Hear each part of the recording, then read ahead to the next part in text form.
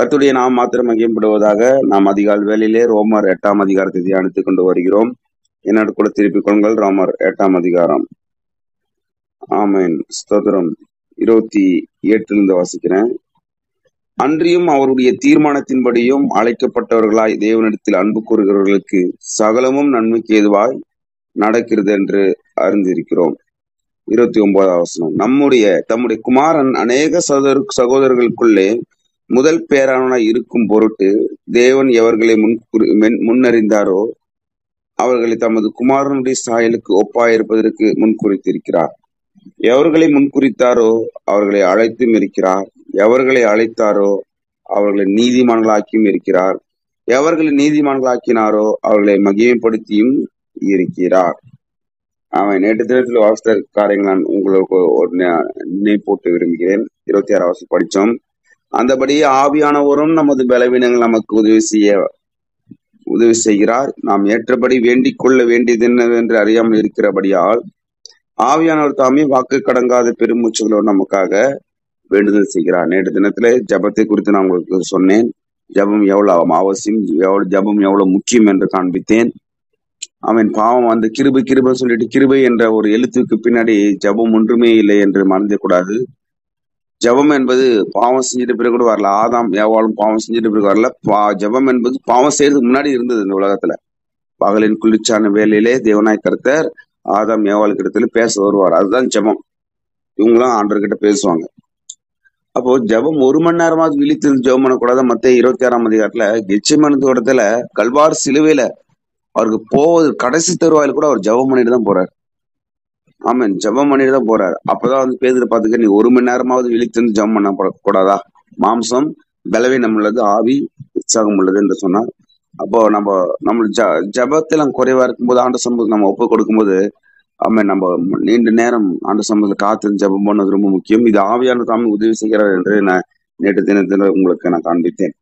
இன்று தினத்தில் நீங்க பாத்தீங்கன்னா 28ஆம் வசனம். அன்றியும் அவருடைய தீர்மானத்தின்படியும் அழைக்கப்பட்டவர்களாய் தேவனிடத்தில் அன்பு கூறுவர்களுக்கு சகலமும் நன்மைக்கு எதுவாய் நடக்கிறது என்று அறிந்திருக்கிறோம்.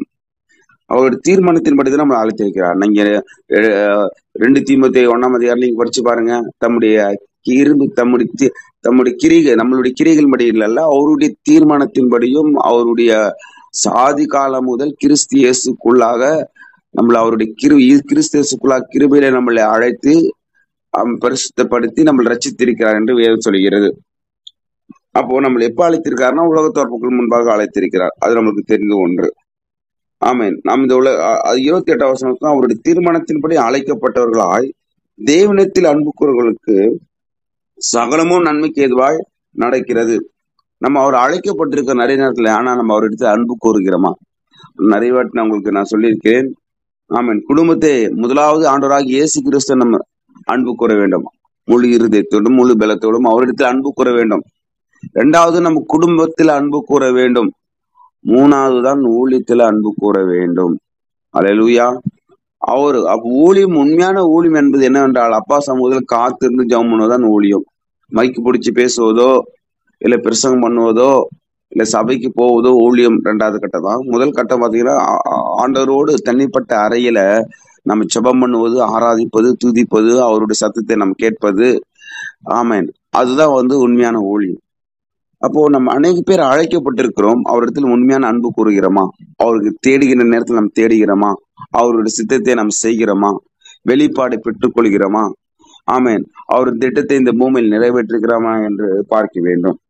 அவருடைய தீர்மானத்தின்படி அழைக்கப்பட்டவர்களாய் தேவனிடத்தில் அன்பு கூறுகிறவர்களுக்கு சகலமும் நன்மைக்கு ஏதுவாய் நடக்கிறது என்று அறிந்திருக்கிறோம். நம்ம அழைக்கப்பட்டிருக்கிறோம், ரட்சிக்கப்பட்டிருக்கிறோம். அவரிடத்தில் அன்பு கூறுகிறவர்களுக்கு தான் நன்மையும் சகலம் நன்மையும் ஏதுவாய் நடக்கிறது. தீமையும் நன்மையாக கருத்து மாற்றுகிறார். ஆமன். புலம்பலை ஆனந்தமாக மாற்றுவார். அல்லேலூயா. குப்பையில் எந்த கருத்தை நம் கோபுரத்தில் வைப்பார். வாளாக்காமல் நம்ம தலையாக்குவார். கீழாக்காமல் கருத்தை மேலே ஆக்குவார். அங்கே உபாகம் 28ஆம் அதிகாரம் சொல்லப்பட்ட ஆசீர்வாதங்கள், நீ பூமியில சகல ஜாதிகள் மென்மையாக இருப்பாய். வருகிலும் ஆசீர்வதிக்கப்பட்டிருப்பாய், போகலும் ஆசீர்வதிக்கப்பட்டிருப்பாய், பட்டணத்திலும் ஆசீர்வதிக்கப்பட்டிருப்பாய், வெளியிலும் ஆசீர்வதிக்கப்பட்டிருப்பாய். ஏற்ற காலத்தில் உன்னுடைய தேசத்தில் மழை பெய்யும். நீ கையிட்டு செய்கிற வேலைகளாம் ஆசீர்வதிக்கும்படி கர்த்தர் தமது பொக்கிஷாலாகிய வானத்தை திறப்பார். அநேக ஜாதிகளுக்கு நீ கடன் கொடுப்பாய், கடன் வாங்காதிருப்பாய். அநேக வாக்குத்தத்தங்கள் நன்மைக்கு ஏதுவாய் நடக்கிறது. எப்படி நடக்குது என்றால், நம்ம முதலாவது நம்மளை அழைத்திருக்கிறார். நாம் நன்மை பெற்றுக்கொள்ளும்படியாக. யாருக்கு அது நன்மை முழுமையான நன்மை கிடைக்கிறது என்று பார்த்தால், அவரிடத்தில் தேவனிடத்தில் அன்பு கூறுகிறவர்களுக்கு தான் முழுமையான சகலமும் நன்மைக்கு ஏதுவாய் நடக்கிறது. எல்லா கிறிஸ்தவர்களுக்கு நன்மையாக நடக்கிறது என்றால் தெரியவில்லை. ரட்சிக்கப்பட்டு பல வருடங்கள், 5 வருடம், 10 வருடம், 50 வருடம், ஏன் 300 காலத்திலிருந்து நம்ம ரட்சிக்கப்பட்டு இருக்கிறோம். ஆனால் முழுமையான ஆசீர்வாதத்தையும் முழுமையான காரியங்களை பெற்றுக்கொள்ளவில்லை, ரட்சிப்பையும் பெற்றுக்கொள்ளவில்லை. ஏனென்றால் ஆண்டவர் எல்லாவற்றையும் கிருபையாக கொடுத்துட்டாரு. நாம் தான் எடுத்துக்கொள்ள வேண்டும். அவரிடத்தில் அன்பு கூற வேண்டும், அவர் சமூகத்தில் காத்து இருக்க வேண்டும், அவர் சமூகத்தில் செபிக்க வேண்டும், நாளுக்கு நாள் விருத்தி அடைய வேண்டும். தாவீது வர வர விருத்தி அடைந்தான், ஈசாக்கு வர வர வர விருத்தி அடைந்தான். நம் பொருளாதார விருத்தி மட்டும் தான் பார்த்து கொண்டு இருக்கிறோம். ஆவிக்குரிய வாழ்க்கையில விருத்தி அடைய வேண்டும். பொருளாதாரத்துல ஆட்டோமேட்டிக்கா நம்மளுக்கு வரும். அப்போ நம்ம இன்னைக்கு 10 அரை ஒரு ஜெபம் பண்றோம், 1 ஹவர் ஜெபமாக மாற்றப்பட வேண்டும். 1 ஹவர் ஜெபிக்கிறவர்கள் 2 ஹவர் ஜெபிக்கிறவர்களா இருக்க வேண்டும். கர்த்தர் சமூகத்தில் காத்திருக்க வேண்டும். அல்லேலூயா. அப்போ ஆண்டவர் சத்தத்தை கேட்கிறவர்களாக இருக்க வேண்டும். பரிசுத்தம் அடைவர்கள் இன்னும் பரிசுத்தம் அடையட்டும். நீதி செய்கிறவர்கள் இன்னும் நீதி செய்யட்டும். அநியாயம் செய்கிறவர்கள் இன்னும் அநியாயம் செய்யட்டும். வேதம் சொல்லுகிறது. எல்லாமே அதுக்கு ஒரு தொடர்ச்சி தான் இருக்கிறது. அப்போ நம்ம இன்னும் அதிகமாக இன்னைக்கு 10 நிமிஷம் ஜெபிக்கிற, நாளைக்கு அரை ஹவர் ஜெபிக்க வேண்டும். அரை ஹவர் ஜெபிக்கிறவர்கள் 1 ஹவர் ஜெபிக்க, 1 ஹவர் ஜெபிக்க 2 ஹவர் ஜெபிக்க வேண்டும். அப்படி 2 ஹவர் ஜெபிக்க 3 ஹவர், அப்படி போய்கினே இருக்க வேண்டும். வளர்ச்சி அடைந்து கொண்டே இருக்க வேண்டும். அவரிடத்தில் அன்பு கூற வேண்டும். அல்லேலூயா. அன்றியும் அவருடைய தீர்மானத்தின்படி அழைக்கப்பட்டவர்களாய் தேவனிடத்தில் அன்பு கூறுகிறவர்களுக்கு சகலமும் நன்மைக்கு ஏதுவாய் நடக்கிறது என்று அறிந்திருக்கிறோம். புரியுதுங்களா?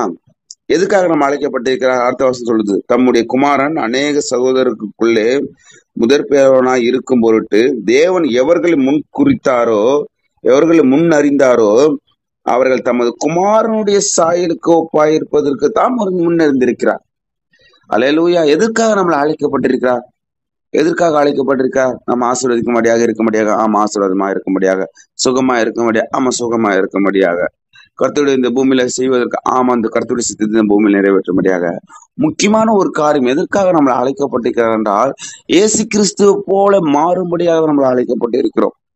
நம்ம அந்த சகோதரன் போலையும், இந்த சகோதரிகளை போலையும், அந்த பாஸ்டர் போலையும், அந்த மனிதர்கள் போலையும் அப்படி நம்ம அழைக்கப்படவில்லை. நாம் எதற்காக அழைக்கப்பட்டிருக்கோம்? இயேசு கிறிஸ்து சாயல உடையவர்களாக இருக்க முடியாத அழைக்கப்பட்டிருக்கிறோம். இயேசு கிறிஸ்துவை போல மாறும்படியாக நாம் அழைக்கப்பட்டிருக்கிறோம். இயேசு கிறிஸ்துவை தரித்து கொண்டவர்களாக இருக்க முடியாத அழைக்கப்பட்டிருக்கிறோம். இயேசு கிறிஸ்துவை போல மாறினவர்களும் பரலோகம் போக முடியும், இல்லை என்றால் போக முடியாது. ஆனால் நான் கல்வார் சிலுவையில போல இயேசு கிறிஸ்து போல கைகள் கால்கள் ஆணி அடிக்கப்பட்டு மறிக்கப்பட வேண்டுமா? தேவையில்லை. நமக்காக உங்களுக்காக அடிக்கப்பட்டவரை விசுவாசிக்க வேண்டும், அவரை நம்ப வேண்டும், முடிபறிந்தும் அவரை விசுவாசிக்க வேண்டும். முடிபறிந்து நிலை நிற்பவனே ரட்சிக்கப்படுவான். வேதம் சொல்லுகிறது, அவன் கிரியைகள் அவனோடு கூட வருகிறது. இதோ மரித்தவர்கள் இனி பாக்கியவான்கள் என்று எழுது என்று வெளிப்படுத்த விஷயம் சொல்லப்பட்டிருக்கிறது. கிறிஸ்துவுக்குள் மரித்தவர்கள் தான் பாக்கியவான்கள் என்று எழுதப்பட்டிருக்கிறது. அல்லேலூயா. கிறிஸ்துவுக்குள் மரிக்கிறவர் தான் இன்னொரு பேரு பாக்கியவான் என்று சொல்லப்பட்டிருக்கிறது. அவர்கள் கிரியைகள் அவரோடு கூட வருகிறது. இனி அவங்களுடைய காரியங்கள் எல்லாமே முடிந்து, அவங்களுடைய கஷ்டங்கள் வேதனைகள் இங்கு முடிந்து அவர்கள் இளைப்பார்வார்கள் என்றும் வேதம் வெளிப்படுத்தும் விசேஷம் சொல்லப்பட்டு இருக்கிறது. அப்ப எதற்காக நம்ம அழைக்கப்பட்டிருக்கோம்? எதற்காக நம்ம சபைக்கு வரோம்? எதற்காக நம்ம திருவிருந்தில் பங்கு போடுறோம், ஜெபிக்கிறோம்? எதற்காக என்றால், நம் முக்கியமான ஒரு காரியம் இயேசு கிறிஸ்துவை போல மாறும்படியாக, இயேசு கிறிஸ்துவ போல இருக்கும்படியாக, இயேசு கிறிஸ்து போல ஊழி செய்யும்படியாக, இயேசு கிறிஸ்து போல அவன் இந்த உலகத்தை ஜெயிக்கும்படியாக, இயேசு கிறிஸ்து போல பிசாசுகளை விரட்டும்படியாக, இயேசு கிறிஸ்து போல. அல்லேலூயா. அவரை போலதான் நம்ம அழைக்கப்பட்டு இருக்கிறோம். அதாவது வேதம் அழகாக சொல்லப்பட்டிருக்கிறது, தம்முடைய குமாரன் அநேக சகோதரருக்குள்ளே முதற் பேரவனாய் இருக்கும்படியாக. அதனால சிரேஷ்ட புத்திரத்தை கூட நான் கடந்த நாட்கள் சொன்னேன். ஆமா, சிரேஷ்ட புத்திர பாகம் என்பது, அவன் ஒரு வீட்டுல 2 பேர் இருந்தாங்கன்னா மூத்த மகனுக்கு தான் சிரேஷ்ட புத்திர பாகம் போகுது. அவங்களுடைய சொத்தை 3ஆ பிரிப்பாங்க. 2 பங்கு மூத்த மகனுக்கும் இளைய மகனுக்கும் 1 பங்கு தான் கொடுப்பாங்க. எதுக்காக கொடுக்கப்பட்டு இருக்கிறது? ஒருவேளை அந்த குடும்பம் நலிந்து விட்டால், ஒருவேளை அந்த குடும்பம் பிற்காலத்துல வறுமையிலும் தரித்திரத்திலும் சிக்கி கொண்டால், தாழ்ச்சியில போயிட்டால், ரொம்ப தரித்திரத்துல போயிட்டாங்கன்னா, கஷ்டத்துல போயிட்டாங்கன்னா, கண்ணீர்ல போயிட்டாங்கன்னா, அந்த சேஷ்ட புத்திர பாகத்தை உடையவன் தான் மீண்டும் அந்த குடும்பத்தை மீட்டெடுக்க வேண்டும். ஆதாம் சேஷ்ட புத்திர பாகம் உடையவனா இருந்தான். ஆனால் அவன் பிசாசு கையில அந்த சேஷ்ட புத்திர பாகத்தை விட்டு விட்டான். எப்படி ஏசா வந்து யாக்கோபு கிட்ட விட்ட மாதிரி. அந்த சேஷ்ட புத்திர பாகத்தை மீண்டும் மீட்பதற்காக தான் ஆண்டவராக இயேசு கிறிஸ்து, நாம் அவருடைய சகோதரனா இருக்கிறோம். அவரு அதான் நம்முடைய குமாரன் அநேக சகோதரருக்குள்ளே முதல் பேரனாக இருக்கிறார். நம்மளுக்கு சகோதரனாக இருக்கிறார், அப்பாவாக இருக்கிறார், வானத்தை பூமி படைத்த கடவுளாக இருக்கிறார். அப்போ அவர் நமக்கு ஆதாம் இந்த சேஷபுத்திர பாகத்தை அவர் எல்லாவற்றையும் மீட்டெடுத்து கல்வார் சிலுவையில் உங்களுக்காக எனக்காக கைகள் கால்கள் மான் அடிக்கப்பட்டு விழாவில குத்தப்பட்டு சரீரம் முழுதும் உழுத நில போல காயப்பட்டு கடைசி சுற்று ரத்த வரைக்கும் நமக்காக சிந்தப்பட்டு மறித்து அடக்க பண்ணப்பட்டு 3ஆம் நாள் உயிரோடு எழுந்து சேஷ்டபுத்திர பாகத்தை நம்மளுக்கு கொடுத்துக்க சொன்னேன். ஆமாம், அவரை போல இருக்கும்படியாக, அவர் மீட்டு கொடுத்த ஆசீர்வாதத்தையும் அதிகாரத்தையும் உடையவர்களா இருக்கும்படியாக, இந்த பூமி அனைத்தையும் நம்ம ஆளுகை செய்களா இருக்கும்படியாக அந்த சேஷ்டபுத்திரத்தை மீண்டுமாக நம்மளுக்கு கல்வார் சிலுவையில் மீட்டு கொடுத்தார். அவர் விசுவாசிக்கிறவர்கள் அவரை போல இருக்கும்படியாக தான் நம்ம அழைக்கப்பட்டிருக்கிறோம். அவரை போல வாழும்படியாக நாம் அழைக்கப்பட்டிருக்கிறோம். நேற்று தினத்தை காமத்தை நான் ஒரு கெச்சுமேன் தோட்டத்துல ஒரு முகங்குப்புற விழுந்து ஜெபிக்கிறார். சீசர்ல பார்த்து 1 மணி நேரமா ஜெபிக்க கூடாதா? நீங்க சோதனைக்குட்படாதபடிக்கு விழித்திருந்து ஜெபம் பண்ணுங்கள். மாம்சம் பலவீனம் உள்ளதான், ஆவி உற்சாகம் உள்ளது. ஜபத்தை குறித்து கல்வார் சிலுவையில போவதற்கு முன்பா கூட அவர் ஜபத்தை குறித்து தான் பேசிட்டு போறார். அநேக பேர் கிருபை சொல்லிட்டு நம்மளுடைய ஜபத்தை விட கிருபை பேசுங்க அப்படி சொல்லிட்டு அவரு அந்த கிருபை என்ற ஒரு எழுத்துக்குள்ளாக ஒளிந்து கொண்டால் வார்த்தை கொல்லும் என்று வேதம் சொல்லுகிறது. அந்த கிருபை பெற்று அனுபவிப்பதற்காக தான் நாம் ஜெபிக்கிறோம். கிருபைக்குள்ளாக வாழும்படியாக நாம் ஜெபிக்கிறோம். கிருபையில நடக்கும்படியாக தான் நாம் ஜெபிக்கிறோம். ஆண்டவராக இயேசு கிறிஸ்து போல அவரை போல வாழும்படியாக நாம் ஜெபிக்கிறோம். அல்லேலூயா. அதனாலதான் வேதம் சொல்லுகிறது, தம்முடைய குமாரன் அநேக சகோதரருக்குள்ளே முதல் பேரனாய் இருக்கும் பொருட்டு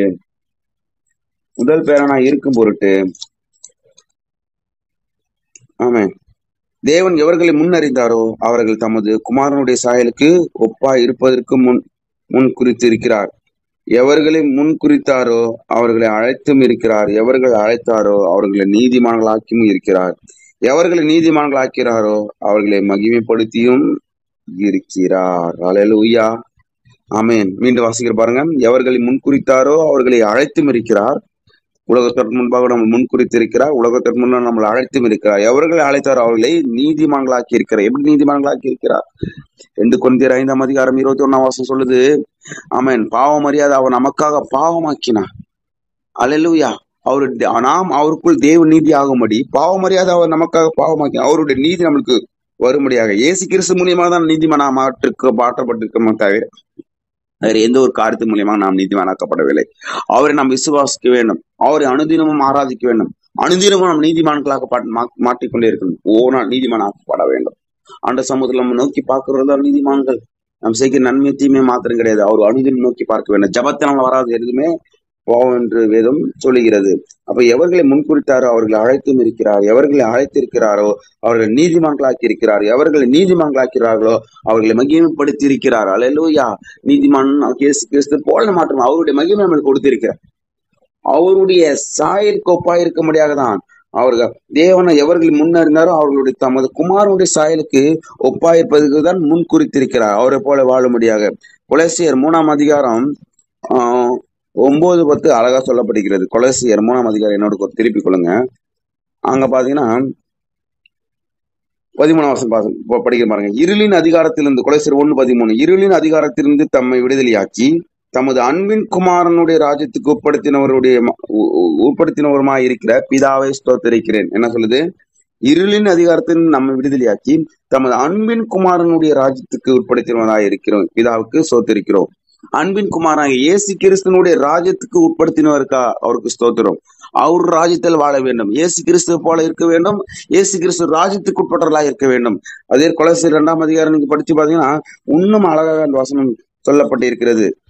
ஆகியால் 6ஆம் வசனம் 2:6, ஆகியால் நீங்கள் கர்த்தராகிய இயேசு கிறிஸ்து ஏற்றுக்கொண்டபடியே அவருக்குள் வேறு கொண்டவர்களாகவும் அவர் மேல் கட்டப்பட்டவர்களாகவும் அவருக்குள் நடந்து கொண்டு நீங்கள் போதிக்கப்பட்டபடியே விசுவாசத்தில் உறுதிப்பட்டு ஸ்தோத்திரத்தோடு அதிலே பெருகுவீர்களாக. இதில் தான் பெருகணும். வாரத்துக்கு ஒரு நாள் சபையில போறது மாத்திரம் கிடையாது. நானும் கிறிஸ்தவன் என்ற ஞானஸ்தானம் பெற்றுக்கொள்வது மாத்திரம் கிடையாது. என்னைக்கோ ஒரு நாள் நான் பாட்டு பாடுங்க, என்னைக்கோ ஒரு நாள் தரிசனத்தை பார்த்துங்க, என்னைக்கோ ஒரு நாள் அபிஷேகத்தை பெற்றுக்கொள்ளுங்க, என்னைக்கோ ஒரு நாள் அந்நிய பாஷை பேச சொல்வது கிடையாது. அனுதினமும் தரிசனத்தை பார்க்க வேண்டும், அனுதினமும் வேதத்தை வாசிக்க வேண்டும், அனுதினமும் ஜெபிக்க வேண்டும், அனுதினம் தெய்வ தரிசனங்களை பார்க்க வேண்டும். அதிலே நாம் பெருக வேண்டும். ஆகையால் நீங்கள் கர்த்தராகிய இயேசு கிறிஸ்து ஏற்றுக்கொண்டபடியே அவருக்குள் வேறு கொண்டவர்களாகவும் அவர் மேல் கட்டப்பட்டவர்களாகவும் அவருக்குள் நடந்து கொண்டு நீங்கள் போதிக்கப்பட்டபடியே விசுவாசத்திலே உறுதிப்பட்டு ஸ்தோத்திரத்துடன் அதிலே பெருகுவீர்களாக.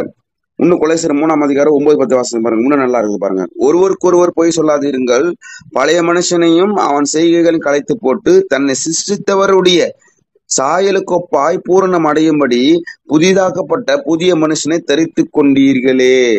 தன்னை சிருஷ்டித்தவருடைய சாயலுக்கு ஒப்பாய் வரும்படியே நாம் அழைக்கப்பட்டு இருக்கிறோம். அவரை நாம் தெரித்து கொண்டவர்களா இருக்கும்படியே தான் அழைக்கப்பட்டு இருக்கிறோம். எதற்காக நம்மளை முன்னறிந்தாரோ, தம்முடைய குமாரன் சாயலை ஒப்பாய் இருப்பதற்காக தான் நம்மளை முன்குறித்து இருக்கிறார்.